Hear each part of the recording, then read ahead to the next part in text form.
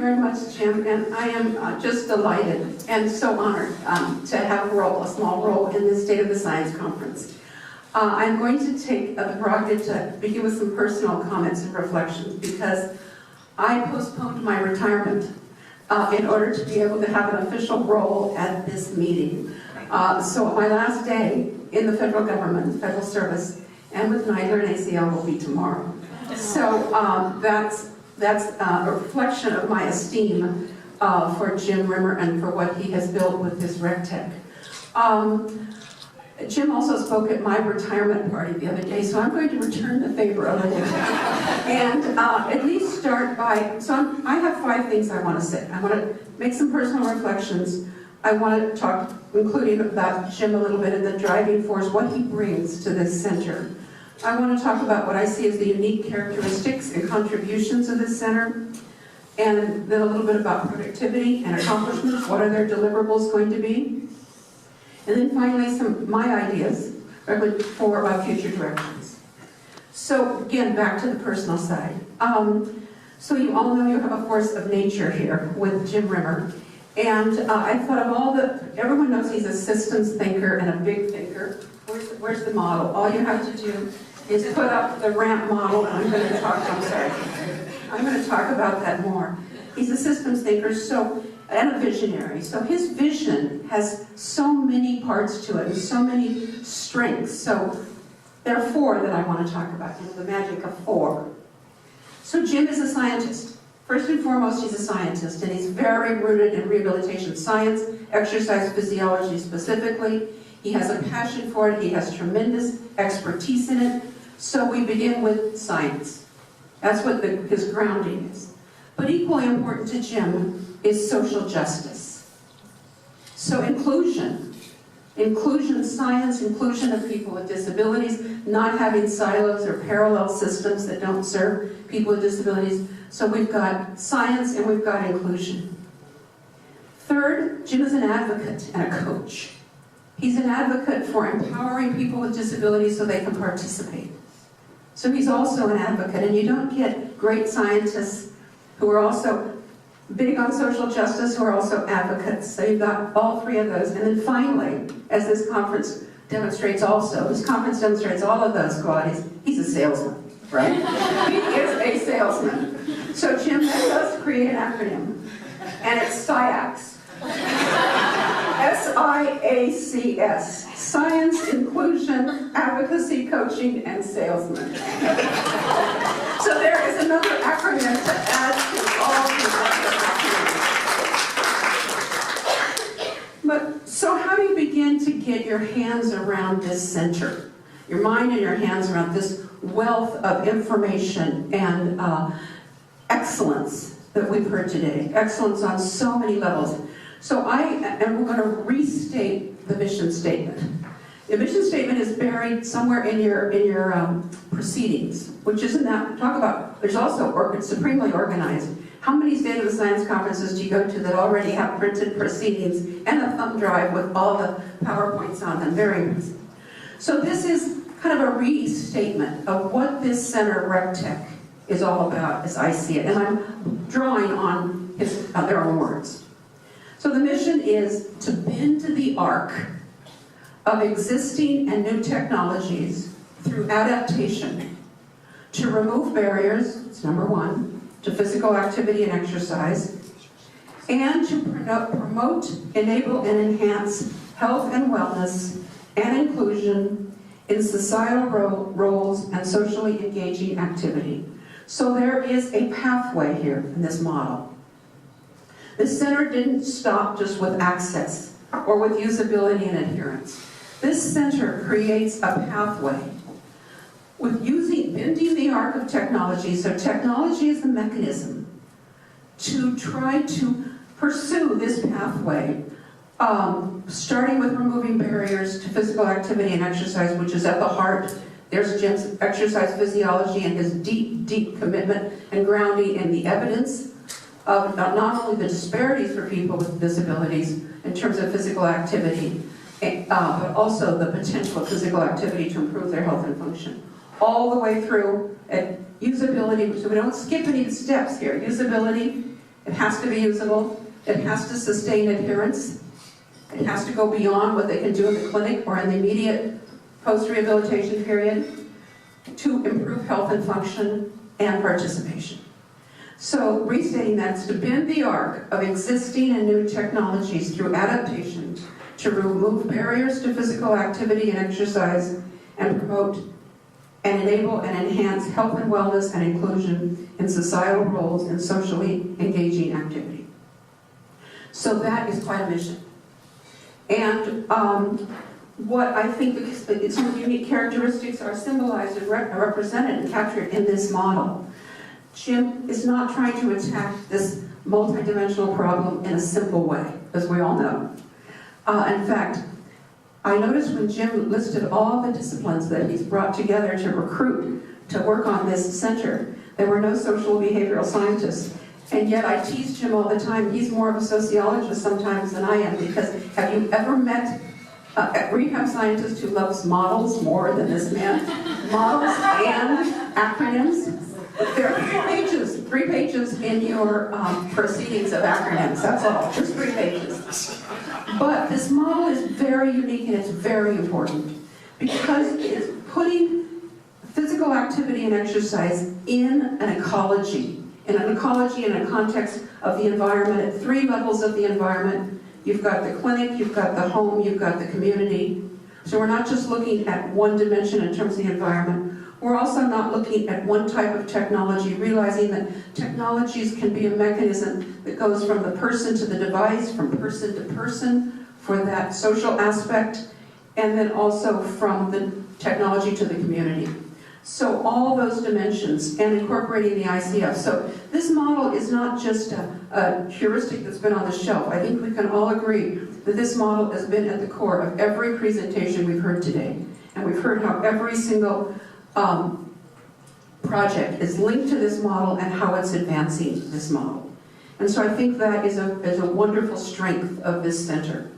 I think obviously the resources that have been made available through the Lakeshore Foundation and through the School of Health Professions or Health Sciences?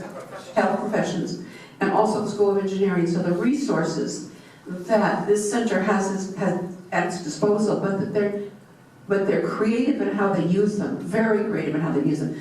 We just heard about the training program, that whole aspect. So many dimensions of this project. So I also want to talk about, so those are some of the unique characteristics, the collaborators.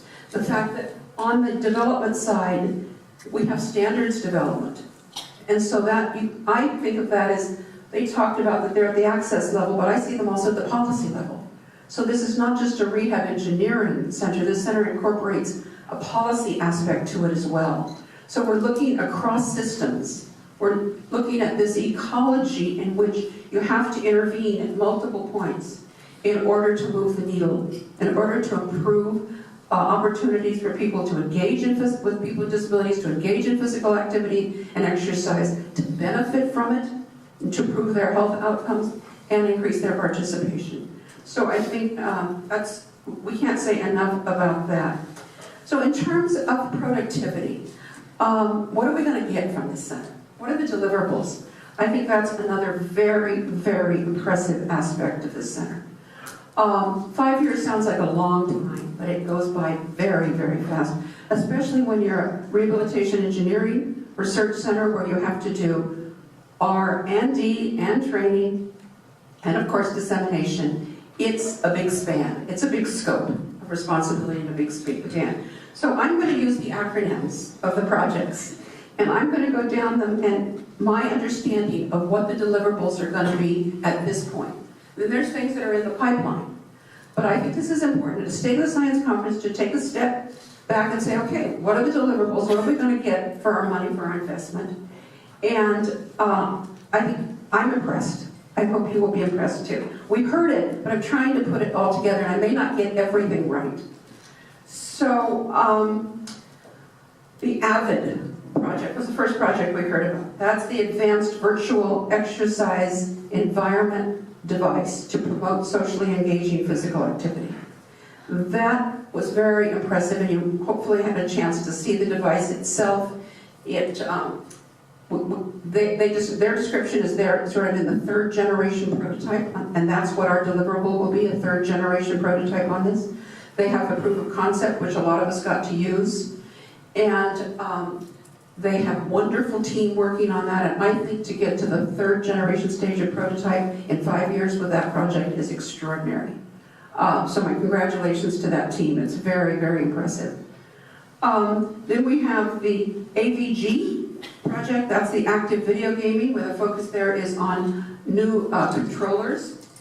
New controllers, and we also got to demonstrate it. That's the Wii Pad and the Wii Mat, and the work they've done to improve, to make it accessible, to make the Wii Pad accessible for people in wheelchairs, to improve the safety for people who have balance impairments and balance issues, but they can still do the task. So there's where they've taken an existing technology and made it accessible to people with different kinds of disabilities and in different formats, the pad and the Wii.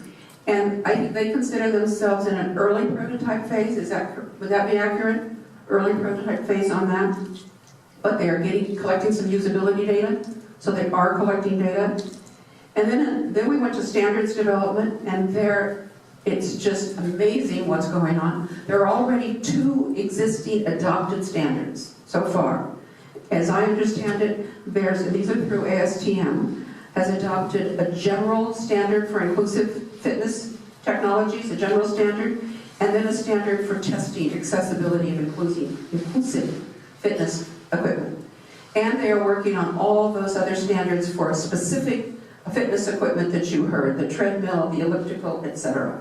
All those are in the pipeline. And I really see this as it goes really beyond access, because it is the pathway to participation. And this international work they're doing on coming up with a symbol that can indicate fitness centers that are accessible and equipment that is accessible. So this is far more than marketing. Just think how powerful that can be for opening doors, literally opening doors to people with disabilities of all ages. Where in their community can they go to work out, to exercise, and to have the companionship of other people while they're doing it? Very, very important work, and they've made tremendous progress in 5 years. I think it's only been 5 years with this project. Not quite 5, it's 4. 3.5. 3.5. 3.5, it's a tremendous team. Then we go to the AIMS. I should have a quiz before and after. Anyone remember what AIMS stands for? AIMS? The Activity Inclusion Mapping System, correct? And this is a resource, an online resource, interactive resource for people with disabilities to find out where in their community they can get access to opportunities for physical activity and recreation. And as I understand it, they've already got 250 resources already part of this system, and that their goal is 4,000. They're going to be by the end of this cycle, and they're going to do that in collaboration with NICPAD, which is the National Center on Health, Physical Activity for People with Disabilities, funded by CDC. So that would be something that ties into all the other projects also, so it's an integrating project in and of itself, which is brilliant to put into a center like this, to have an integrated project that ties the others together, so they aren't all standalone, separate projects. And then we have the POWERS. I wouldn't ask you what that translates is. The Personalized Online Weight Exercise Response System. This is the home-based coaching system, and it uses a customized web-based tool. And I didn't get a clear sense, so I'm going to ask out loud, what stage of deliverables is that project in? You want me to answer? Yes, please. Yeah, it's a research project. We are at half of our sample size. The product as it is completely done, and we should have all our goals. Good. Great. Thank you. Thank you. Next project was the Text Me project. That's the telehealth exercise training for monitoring and evaluation, and particularly for people with neuromuscular. They are definitely have their prototype for that. And that is an exciting, we saw that demonstrated back here also for monitoring and evaluating. So it's not just for prompting people or coaching people, but actually being able to monitor their level of exercise and give them feedback, as well as give feedback to a potential third party and evaluation. And then we have the last project we heard from, which is the wheelchair activity monitoring system. Very exciting. And the products we're going to have there, we have these customized models or algorithms of what Dr. Ding calls fitness variables that can be worn in different places on the wrist or other places. And she's demonstrated the improvement in the error rate, the reduction in the error rate that comes with those customized models, using them for people with wheelchairs. Great improvement. So that's a very exciting project. And so that's just a very brief accounting of what we're going to have, and stated very briefly without all the technical details at the end of this cycle. So that sort of leaves us with future directions and kind of what in my view is an opportunity to emphasize and give more attention to going forward. So one, I think that you could reframe your conceptualization of your entire endeavor and model to have a more life course and lifespan perspective. Many of the examples we saw in the videos were not just of younger people with disabilities, but they were of older adults with Parkinson's and with stroke, etc. I think that's a strength. I mean, you already have it in some of your videos. You already have it embedded in some of your research and development. I think I would make that explicit and deliberate and say that these are technologies, state-of-the-art technologies for people with functional impairments across the life. So of course, why build separate systems for people under the age of 64 and then magically they somehow differ for people over the age of 65? Because there are many people with long-term disabilities that are also over the age of 65. So I think you really have a model here and an enterprise that is applicable across the lifespan, and I think that's an asset. Second, I would expand your model even more in terms of the environments that you think about, not just the clinic, but the whole public health, aging and disability service delivery systems. And how these technologies, some of these technologies in particular, could be applicable in those settings. And I think it's an opportunity to explore. Every single community independent living center in the United States is funded by ACL. Every single area agency on aging in the United States is funded by ACL. You add those two together, you have almost 1,000 places across the country, community-based service delivery programs, many of which have physical activity programs, and I venture none of which are incorporating technologies in any way. So thinking kind of beyond the clinic, the home, but thinking of the service delivery network, and including public health.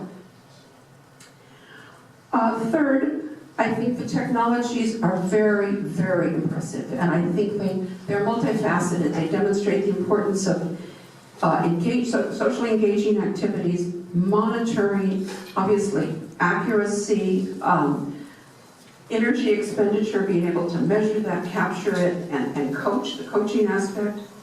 But I think you really need to focus on building the evidence base and getting to demonstrating health and function outcomes. It's on your model.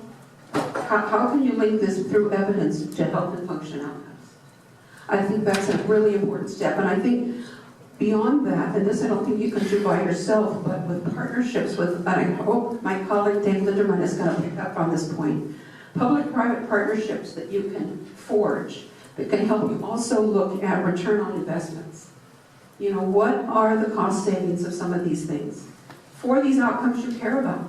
For reduction in hospitalizations, for reduction in days missing work, for all sorts of return on investment outcomes. I think you have efficacious enough, powerful enough interventions. These technologies could make for very powerful interventions for which you could really demonstrate positive effects on health and function outcomes as well as return on investments. And then my fourth, and not surprising, and it's connected, is and I think you have it, I just don't think you make it explicit, is to really add that translational component to this center and make it really a core component. And part of your translation is through your standards development, part of it is through NICPAD, Part of it could be through broadening your environments to include the service delivery systems, so that you really have a translational component to it.